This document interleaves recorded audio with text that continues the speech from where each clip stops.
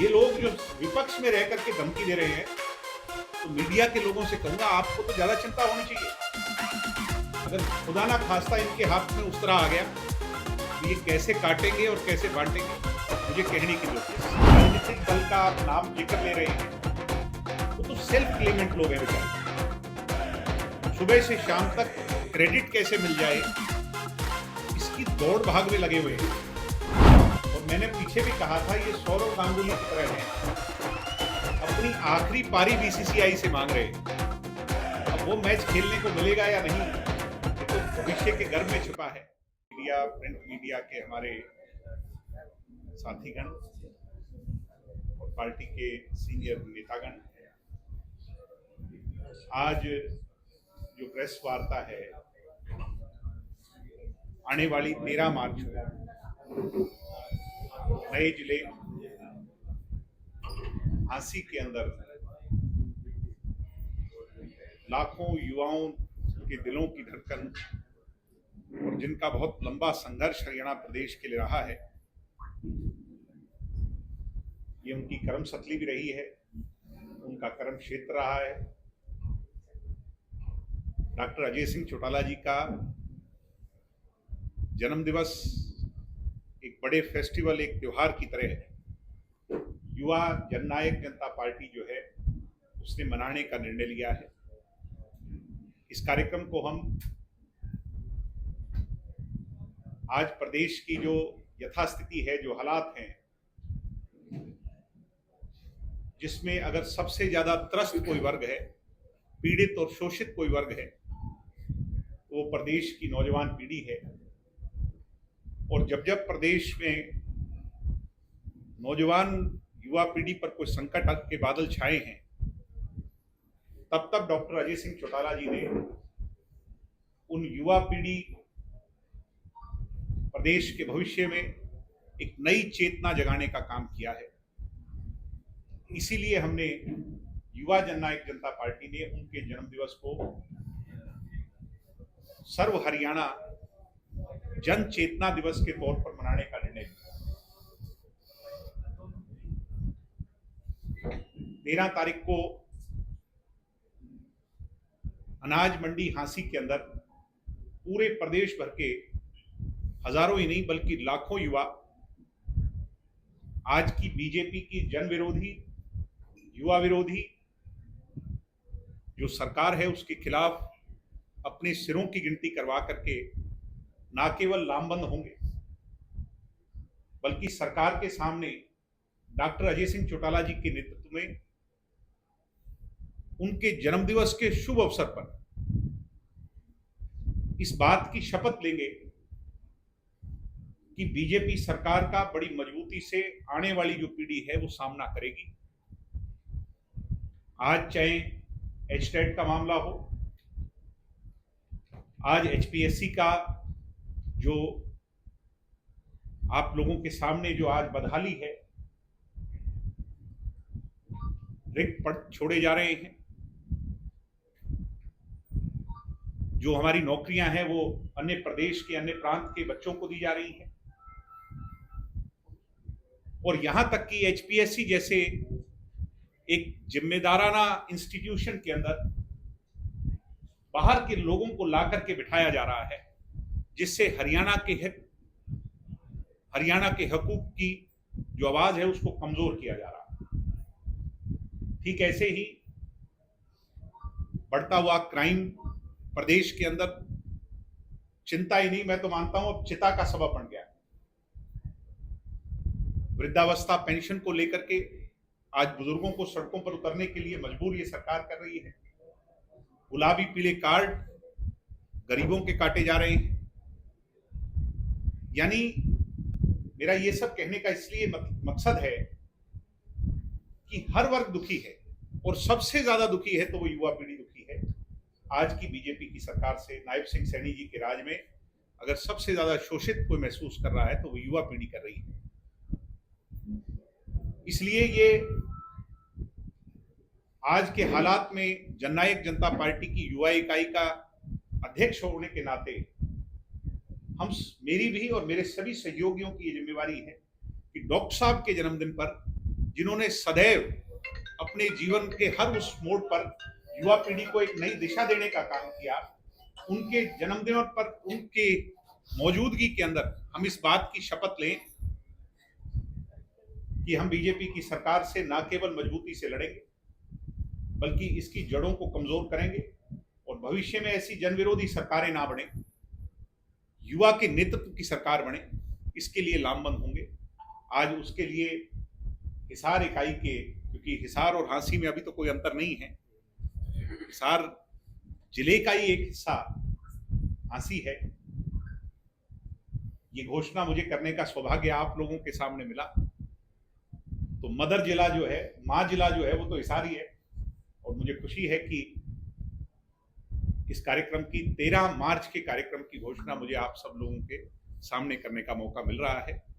सर्व हरियाणा जन चेतना दिवस पर मैं पार्टी की तरफ से मेरे पूरे मीडिया परिवार, इलेक्ट्रॉनिक मीडिया, सोशल मीडिया और प्रिंट मीडिया, तीनों मीडिया जो हैं इक्वली इंपॉर्टेंट हैं, सभी को 13 तारीख के लिए आज की प्रेस कॉन्फ्रेंस के माध्यम से न्योता देता हूं, निमंत्रण देता हूं और मुझे उम्मीद है आप सब वहां पधार करके कैमरा, कलम और आपकी सोच की ताकत से आज की नौजवान पीढ़ी की जो चिंता है, जो सोच है, उसको पूरे प्रदेश नहीं बल्कि देश भर में उनकी भावनाओं को लिखने का, पहुंचाने का काम करेंगे। यही कहने के लिए आप लोगों के सामने मैं आज आया था।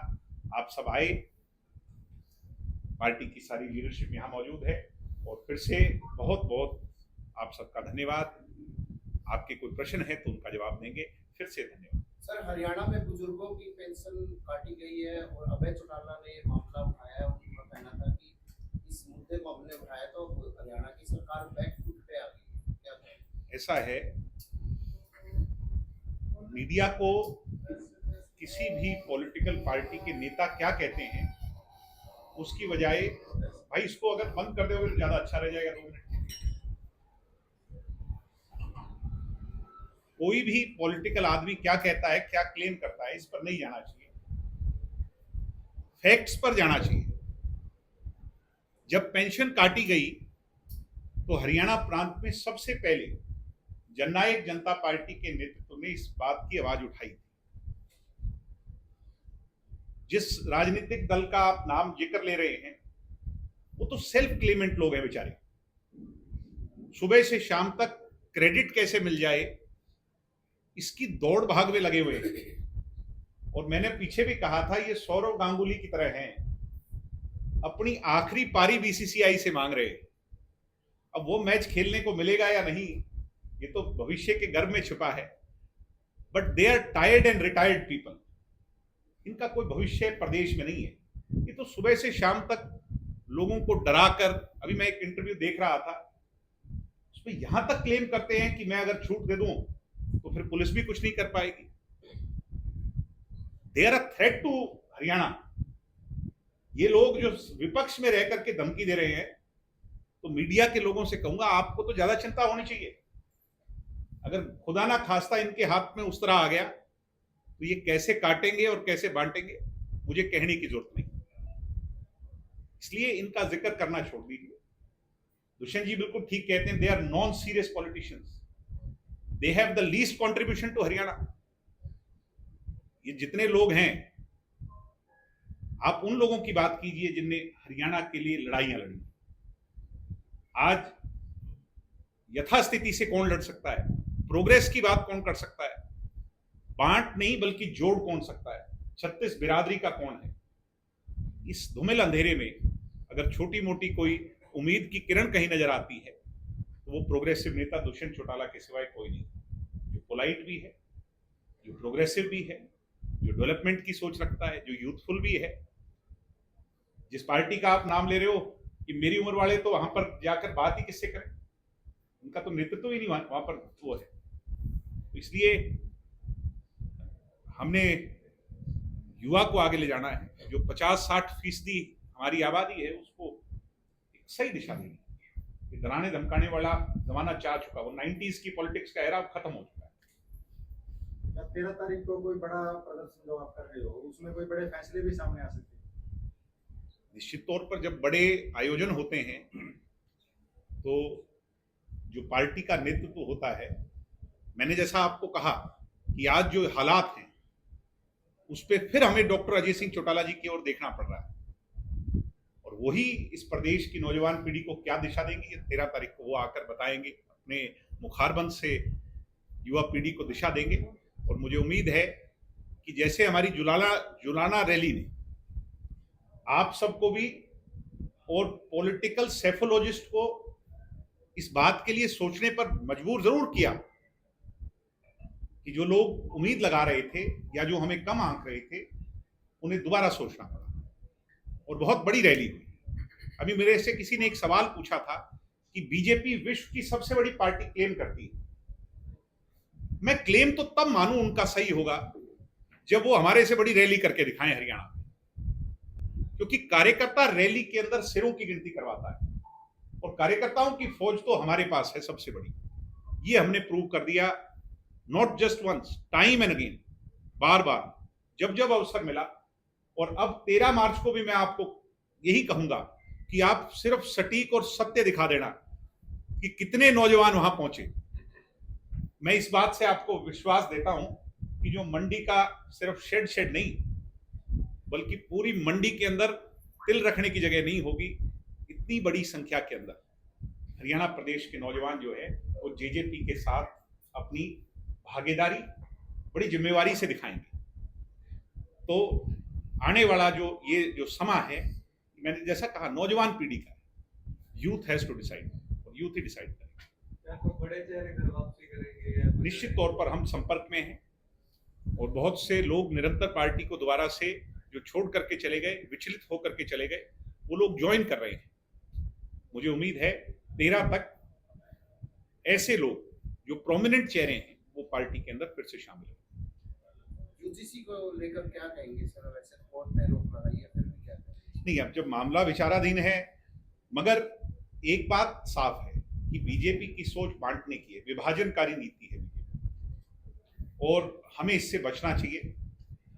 बार बार बीजेपी ये दिखा चुकी है, कभी कास्ट, कभी क्रीड, कभी रिलीजन, कैसे बांटा जाता है, कैसे तोड़ा जाता है। ये भी इनका विभाजनकारी एजेंडा था जो कि विफल हो गया।